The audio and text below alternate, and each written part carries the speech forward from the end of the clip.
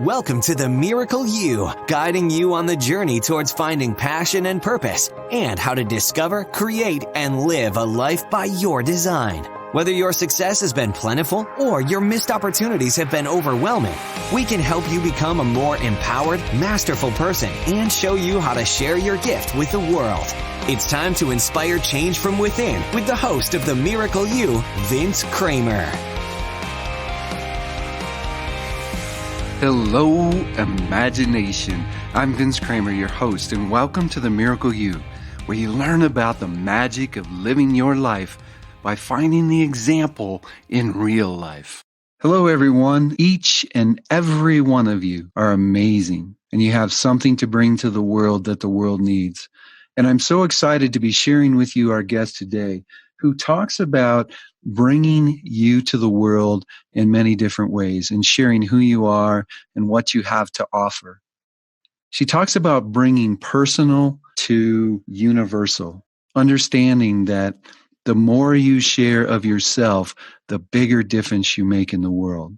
And as I've shared in the past, it doesn't mean that you have to change jobs. It doesn't mean that you have to teach anybody anything. It doesn't even mean that you have to start a business or do anything different than you're doing right now, except sharing the real you with the world and sharing your gifts and talents in a way that allow others to share theirs, as we say when we talk about our definition of miracle. So I want you to listen today about how Mary Lou learned more about herself through some of her story, and then how she wants to bring it to the world by sharing her gifts and talents in a way that helps people find theirs. I know that you've got a magic to bring to the world. I know that you've got information that no one else has, and I want you to share it with the world. And Mary Lou's example is a perfect way to start that journey. I'm with Mary Lou Kayser today, and Mary Lou assists people present themselves and their ideas to the world. Her business, thebookrevolution.com, helps accomplished professionals who are ready to uplevel their business or career with a high-quality nonfiction book. Mary Lou is also the host of the Play Your Position podcast, which teaches listeners how to achieve leadership, excellence in a complicated and fast-paced world.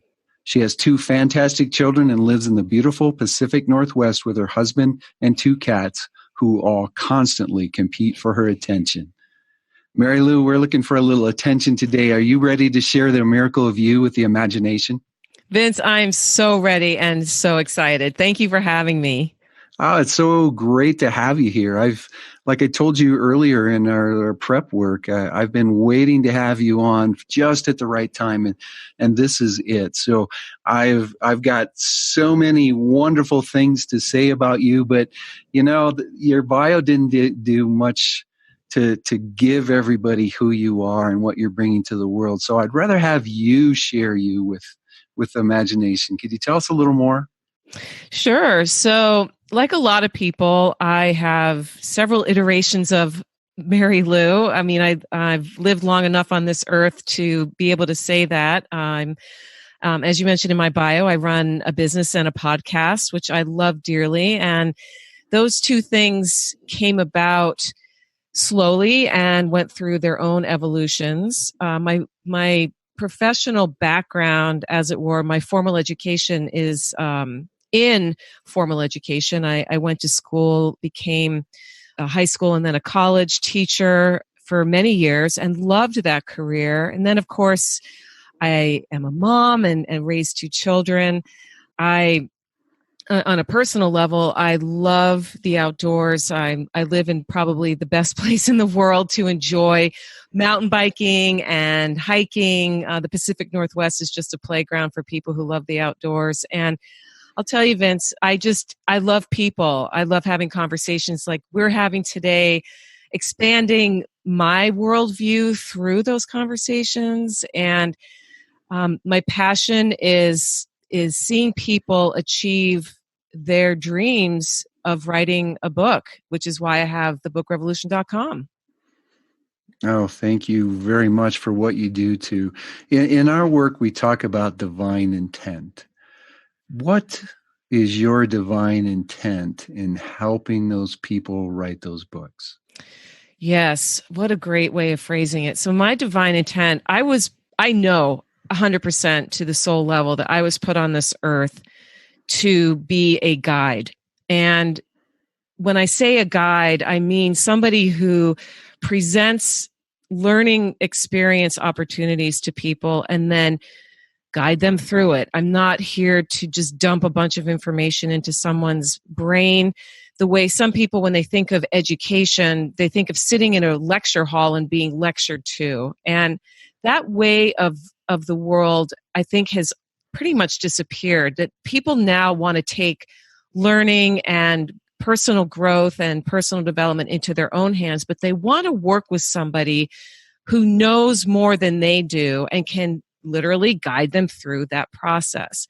And so that is what I do. I've created a container, if you will, Vince, that when people enter that container, they know that number one, they're safe. Number two, they can be themselves and they can fumble around, because any of us learning anything new or doing anything for the first time, there's going to be that mystery, like, I've never done this before. So having somebody there to say, it's okay, I know exactly what you're going through, here's how we can get you to that next stage, is not only comforting, but also it's life-changing. And so teaching, guiding, just being a resource for connecting others to others, it's all part of my divine intent. And I can relate so much to that, and I think that's why we resonate with each other so much. I changed most of the stuff that I've put out into the world now as guide and teaching too, because I want people to find their own answers, and that's exactly what you're doing through this whole process.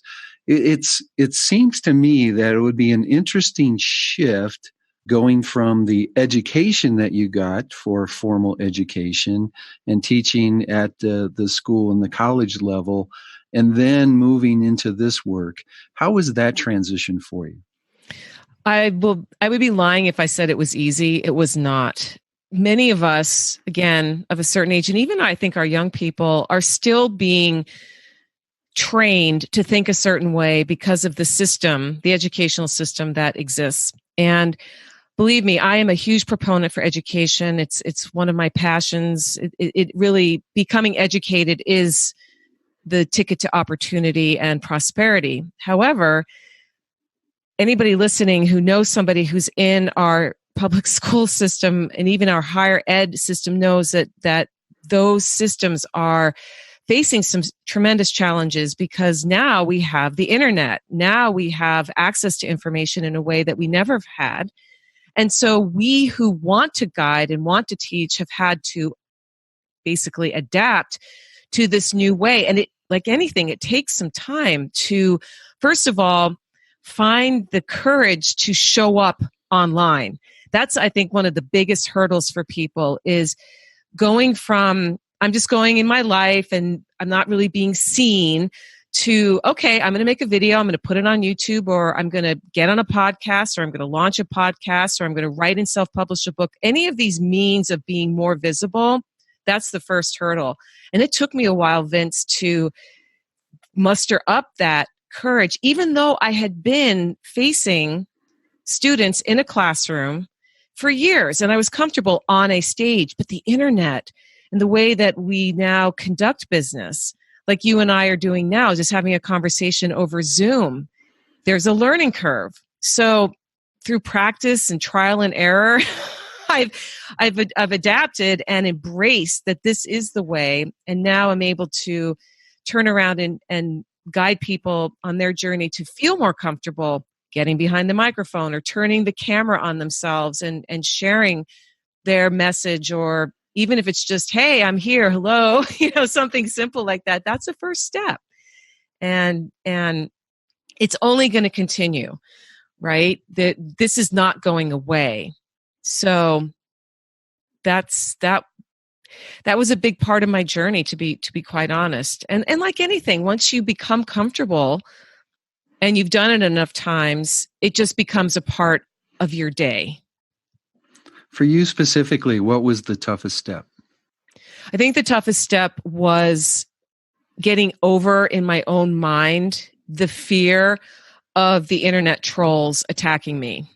That was a big, because I would people I follow, I would see just the meanness and the nastiness that would be in the comment section, and I thought, wow, that's just horrible. I don't want that, and that prevented me from really stepping into the light and taking the wonder and the joy that I had when I was in the classroom and putting it out into my business. I really did hold myself back because I was so afraid of being personally attacked. And then I realized, who are those people to me? They're nothing. I actually felt, and I still do feel sorry for people who have the need to attack somebody they don't know and write nasty comments. It says everything about them and nothing about the person who's doing their work, who's showing up to deliver whatever it is that they're delivering. I had an interesting situation. One of my mentors challenged me to take the wholeness of me out into the world and be completely authentic out there. And I know exactly what you're saying about the internet trolls, and I experienced it. Some people had some pretty interesting things to say about me. But like you said, after a while, when you start feeling the whole of you and you start shining your light out and you see the difference that it makes in the world, the trolls don't mean much anymore. So thank you for sharing that with us. It's a very powerful piece of knowledge to carry out into this world. Let me ask you, it's kind of between my research and knowing you, and you were actually the very first podcast that I was ever on as a guest. I want to ask, because I know you've got some really good parts of your story. Where did you really get a wake-up call in life? Oh my gosh. Yes. I feel like sometimes I'm the queen of wake-up calls because I've had several over my life. I think the first one I had that I think you're alluding to was when I was 20 years old and I was working as a whitewater rafting guide on the Kenai River in Alaska. And my job that first summer was I was in charge of taking all the gear down the river to a secluded camping spot for the guests that were coming on these wilderness safaris. And I worked for a small company. It's still in business. It's called Alaska Wildland Adventures. And we would bring 16 guests whose life dream was to take this Alaskan safari. And so my job was to make sure that base camp was set up, including tents and sleeping pads and fire pit and all this stuff. And so here I am. I'd made this journey before on the Kenai, and I came around a bend and found that the river level had dropped enough that a gravel bar was now exposed in a way that it hadn't been on my previous journey. And by the time I realized that gravel bar was there, it was too late. The force of the current sucked my raft onto the gravel bar, and I found myself beached in the middle of the river on this gravel bar. And for anybody listening who's ever gone whitewater rafting, you know that there are two rules of rafting. Number one, you don't let go of your either paddle or oars. In my case, I had oars, because those are your instruments of navigation. They're your control panel, basically. And then the other is you don't get out of the raft unless you're getting onto land. And a gravel bar that's slightly submerged in the middle of a river does not count as land. And so I was stuck. I was facing a real dilemma, because all I could hear in my mind was my boss saying, these are the rules and you never break them. And I thought, you know what?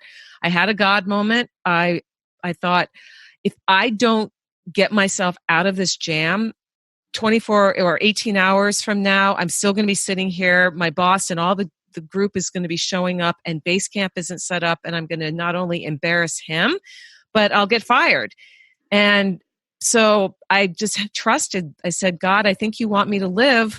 I have plans. So you got my back. And I literally, the hair on my neck was up, and I took myself out of the raft. First, I tried to, jam the oar into the into the gravel bar and push myself, but that didn't work. So I had to get out. And It was probably 30 seconds from start to finish, but it felt like a long time. I was terrified. All I could hear was the blood coursing in my ears. I got to the back of the raft. Imagine 2 pontoons and then a platform. That was the kind of raft I was in. And I stood between the 2 pontoons and pushed on the platform until I felt it start to lift. And then I just hurled myself on top of this huge mound of gear and scrambled back into position and got down to the island, without really missing a beat. Set up base camp. And people have asked me, since I started telling this story, did you tell your boss? Did you ever tell anybody? And I chose not to. I just kept that between me and God. But it was a wake-up call because I realized that, I took some information for granted. I thought I knew what I was doing. I'd made that trip before. I was a little bit cocky, and I got basically handed that wake-up call, like, you don't know everything, Mary Lou. You need to ask the right questions. I could have easily asked somebody, hey, anything I need to know about the river? Is anything different? And someone would say, yeah, I was just down, and that gravel bar where we usually go across is now exposed, And then also conditions change on us, Vince. You know that with your work. And it's up to us to be aware of those conditions changing. And unfortunately, the human brain is sometimes a little bit slow or resistant to acknowledging, I think I better pay attention to this. So that was my first significant wake-up call at a young age. And I think it shaped me in ways. Until I started telling the story, I wasn't aware of how deeply it had shaped me, but it definitely did. One of the things we share in Discover Your Miracle Life materials is that each and every circumstance in our life has a gift in it. What do you think the gift was for you in that? Humility. When we're young, we think we are invincible. We feel like we have, time on our side. And I was definitely feeling pretty, like I was hot stuff because I had learned really quickly. I was valued on the team. People were impressed with, and I don't mean this in any other way than what it is, but as a female in a very masculine environment, the world of wilderness guiding and Alaska is just, it's the last frontier. It's where people go to really face themselves. And here I was, muscling this giant gear boat and setting up camp and doing all these things. And I got a pretty big head pretty fast. And I think that was, the universe's way of saying, oh, no, you don't, Mary Lou. Come on back down to earth a little bit. How has that humility served you now? Oh, my gosh. I think humility is such a tremendous characteristic to have because we really are part of something so big. It's not about us. And when we make it about us, that's when we start to get into trouble. Wouldn't you agree with that, Vince? Yes, ma'am. We just, we lose sight of the big picture. And it's something that we wrestle with, but as we get older and more things happen and we start to lose people, either to, physical death or just life circumstances, someone moves away, someone changes their job. And the more loss we're exposed to, I think the more humble we become, the more we begin to truly value what we have in this moment instead of constantly chasing what's next. It's taking that time to really celebrate, I'm here right now and it's enough. Well, there's a reason that you're here right now, and it's so important. And until you get to the place that you are right now with humility and that understanding, it's really hard for you to share the true miracle of you. Our definition of miracle is through an act of love, sharing your gifts and talents with the world so others can share theirs. I love that. How are you doing that? Well, I'm doing that through my work. I do it with every client that I work with. I do it in my podcast with the conversations that I have. I do it in my personal life with my children.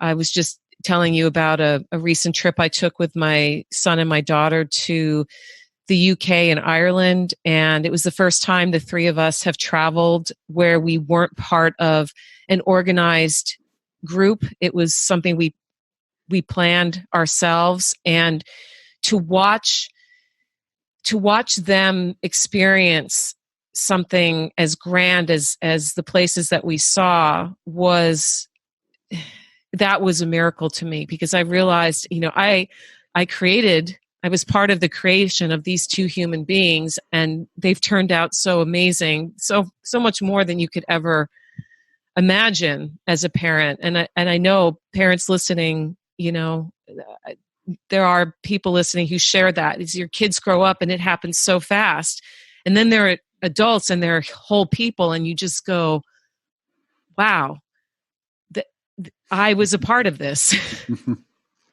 A true miracle. I was going to ask you, is there any miracle that you'd like to share in your life? And you just did. Your children are definitely, I get to follow you on Facebook and get to see all the wonderful things that you do with them. And they truly are a miracle to the world. And you did have a big part in that.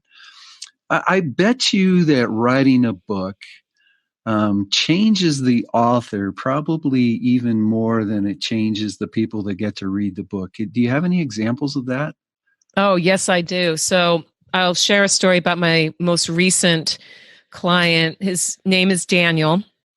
And Daniel just posted something on Facebook that speaks to that question, Vince. He posted a photograph of his living room, and it's a home that he just recently moved into.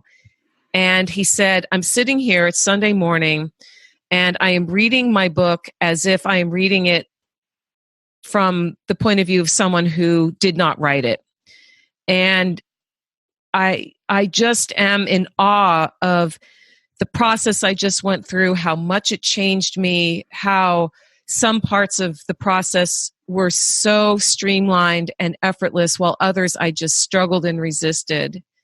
And I read this and I thought, that's exactly what happens. That is what it is. It's impossible to explain to somebody on the front end that this process of writing a book will change you fundamentally forever. And everybody who hears that is like, yeah, okay, nod my head and smile. It's not until you've gone through it that you look back and say, wow, I have changed in more ways than I possibly could have imagined. And he's not the only one. He's just the most recent example. I'm sure that it opens us up to so many new possibilities as we go through that process. Mm-hmm. This is my favorite part of the show, so I can't wait to ask the question. I want to share the collective energy of the imagination with you to help you create something new in your life, to help you take the next step. Is there anything in the works that maybe even you haven't shared with anyone else that you'd like to share with the imagination? Oh my gosh. You prepared me for this question. So there's two things that I'm just on the cusp of doing. The first one is I decided this earlier this year that it was time for me to write my next book, and that I was going to do it differently. And it's ironic because that's my profession, but a heart surgeon cannot perform open heart surgery on herself. Just like I can't do the book writing process alone. I could take myself through my system and get something done, but I need help. So I've just signed up with a coach and guide who's going to help me on my journey. And so that's very new and in some ways a little bit terrifying, but I'm super excited about it. And then the other thing is I have also decided that I'm going to have my first leadership retreat for women this fall in October. And that has been in the works. I've been thinking about doing this, Vince, for probably 7 or 8 years, and I would get so close and then I would chicken out. I would find some reason why I couldn't do that. And now it's happening. So I'm excited about that. Excellent. We're going to send all that collective energy your way to help you on that journey for both. And as you know, the synergy and in trainment and entanglement of quantum physics world really pushes the energy your way. So I can see them both happening, and I'm so excited for both of those for you, but especially the leadership retreat, because I know in the past we've had a conversation about how much it means to you and how hard it's been to take those steps. So congratulations on that, and we're sending you huge amounts of energy. Thank you. I feel it. As someone who's involved in the book world, we don't have a whole lot of time for lightning round questions, but I would like to ask you one or two.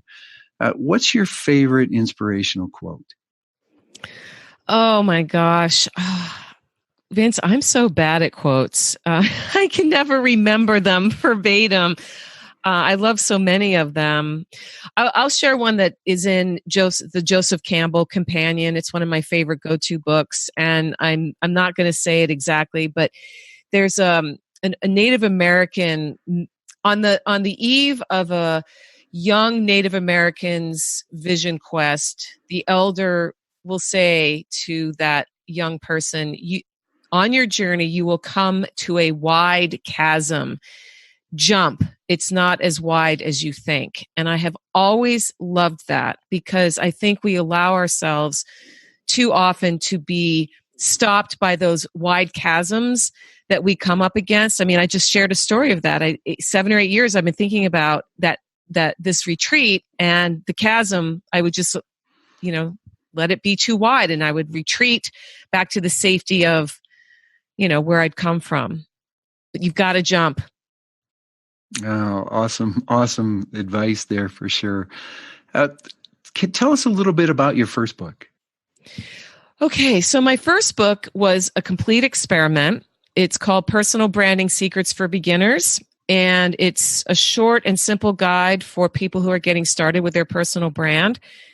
And the reason that I wrote it, and I wrote it in 2011 when Amazon was first really beginning to bubble, and I could see the future, that this was where books and writing and publishing were headed.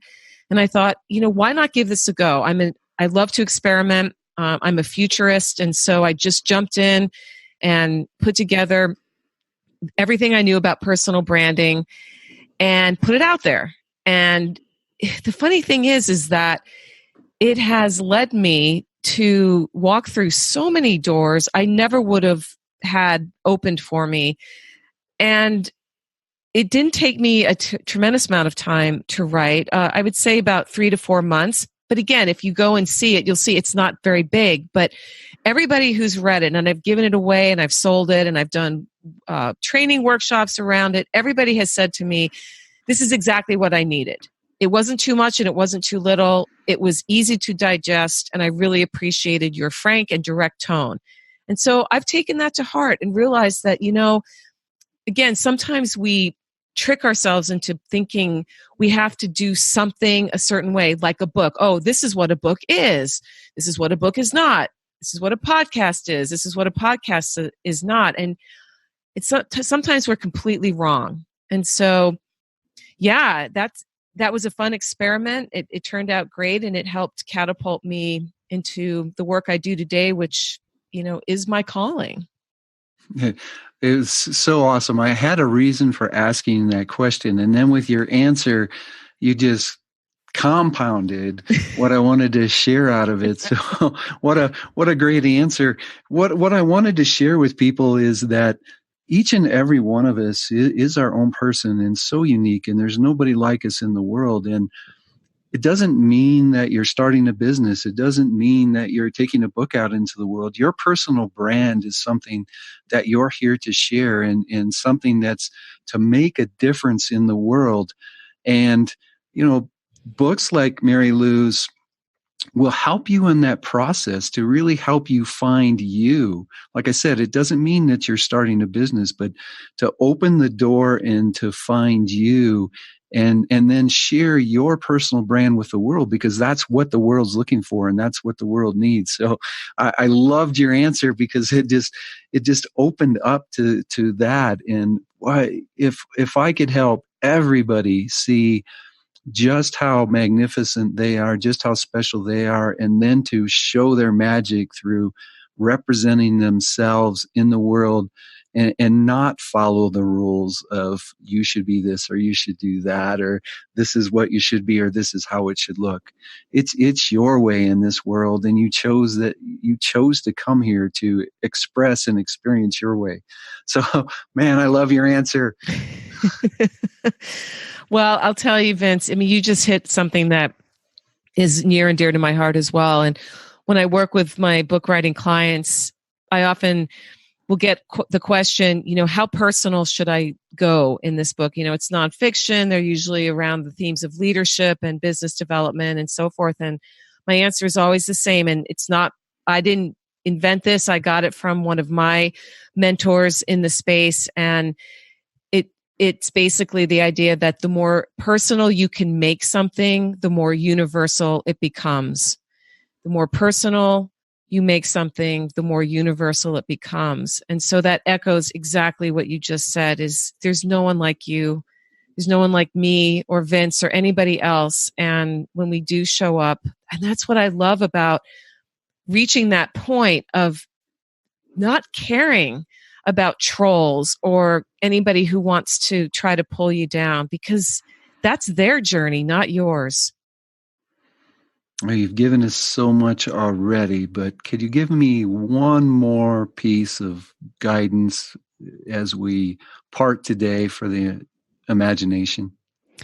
Yeah, and I'm going to tie it to my podcast, because people like you who've been guests on my show have, added a dimension to the world that, wasn't there before. And it's something that I appreciate so much. And I believe that we are all leaders. We are first and foremost leaders of ourselves.